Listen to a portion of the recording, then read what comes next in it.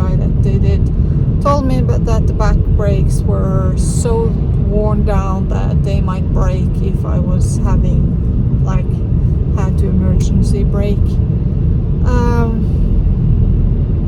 So I contacted the dealer. I had the car for a week. I contacted the dealer. I told him about the trouble, what I was told about the brakes, and there were some bolts that he had some trouble getting, like when he was using his finger in the beginning, they were like not catching properly. But anyway, yeah. So they were like, and there is a noise when I'm turning to that side. I don't remember if that's left or right. It's probably left.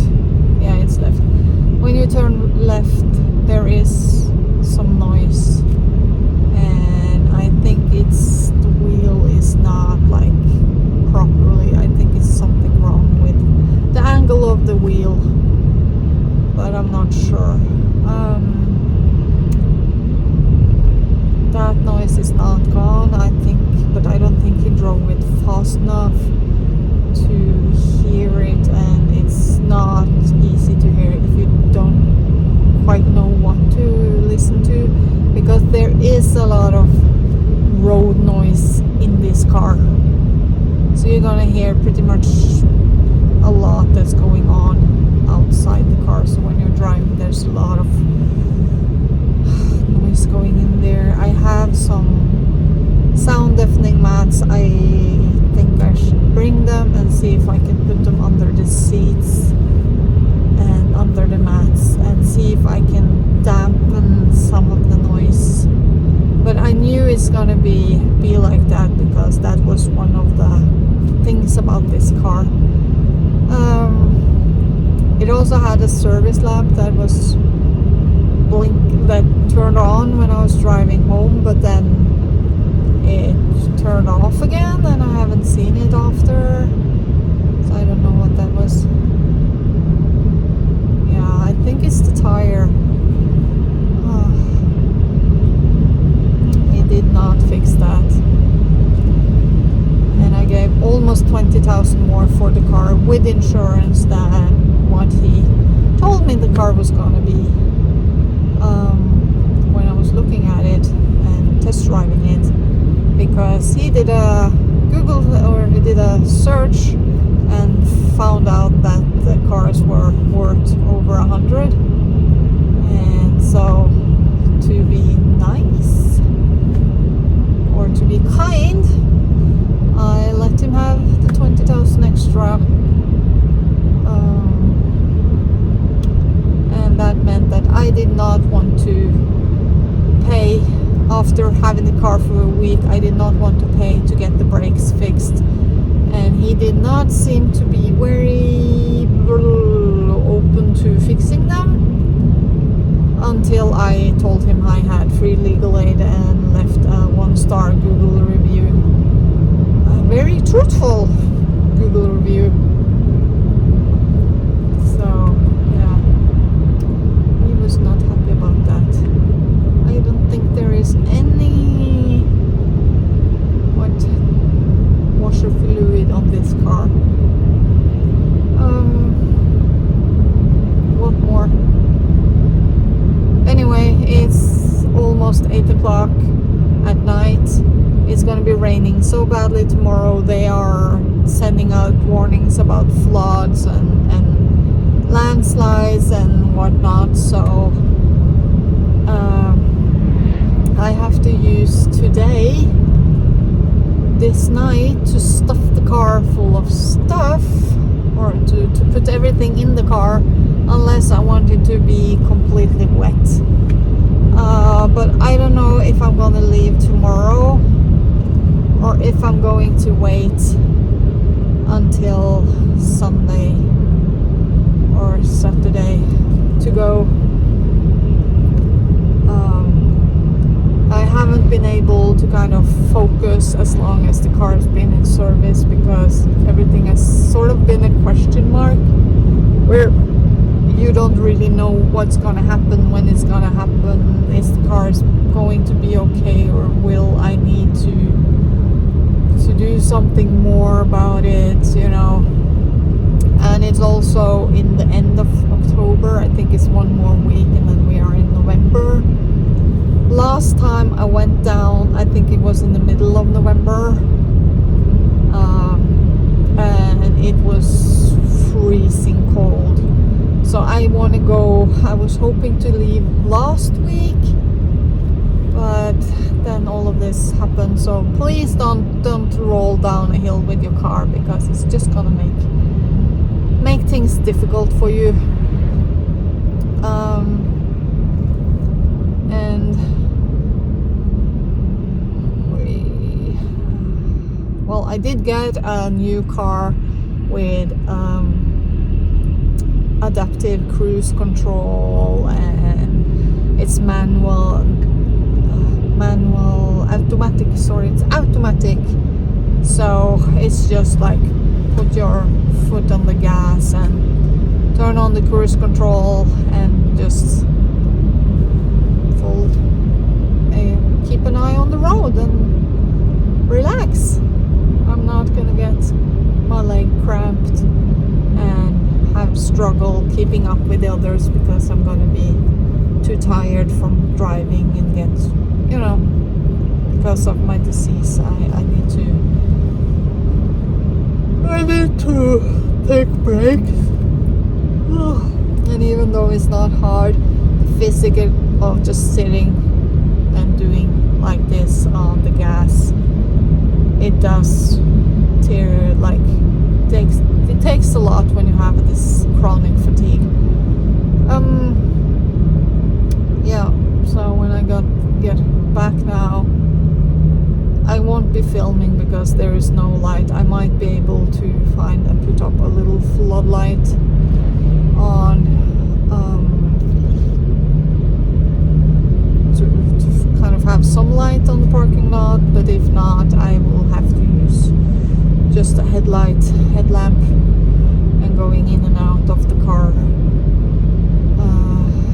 up and down the hill, and just stuff the car full so that I can go, so that everything gets into the car without being soaking wet and the car getting all damp and horrible. So I need to put the shelf on, and I can't really fasten the shelf until I get the window covers in place, and the windows covers, I can't get those in place until I've been on, before I gotten some black fabric to put on them. And what more? Is there anything more?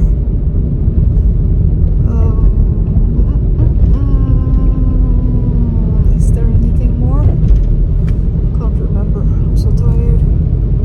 There's probably more.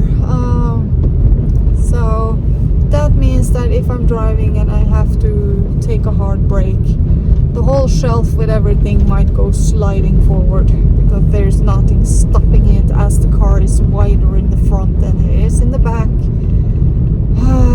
And it's not really good for camping, this car, because it's it is low and you can't take out the back seats. Luckily you can lay them flat, but that's the only positive. I wish I could take them out so that I could make a platform and have storage underneath, because that would help me so much. And you're gonna see that in the video, just how tiny it is in the back when I finish it up, and I have to wait for some sun before I can show you, like, finish up. Like, I just have to fill up the car, and then later on I can kind of place it around, and I'm going to get rain deflectors or wind deflectors or whatever they are called, rain guards for the car, so that I can sleep with it and crack open the windows, because it's a tiny car. And is there anything more I want to think about? I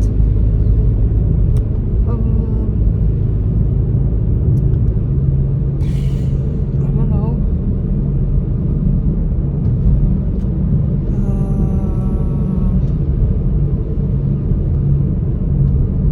I don't know. I'm tired. It's almost 8 o'clock at night and it's completely dark outside.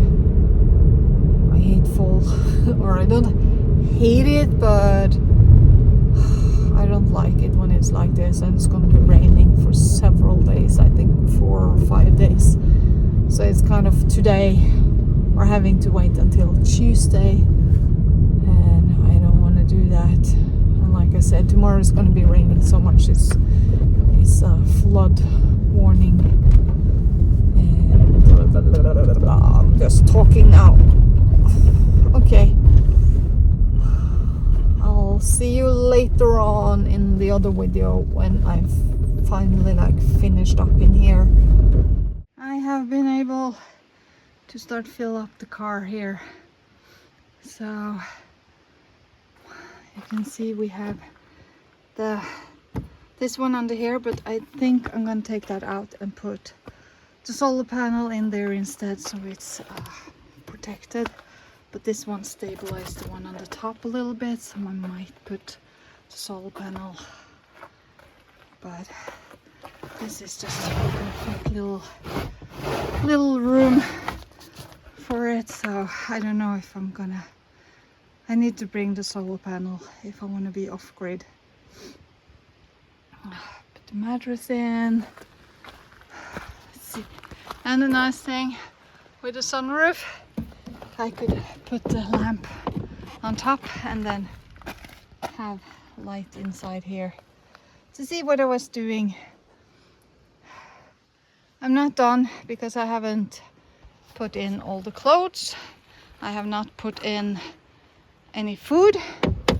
So for now, it's just storage. So we have the water tank, we have the kitchen box. Then we have just random stuff. We have chair, table, the other table. We have the one to put over here to cover the car. We have this one if I want to hang something in the ceiling.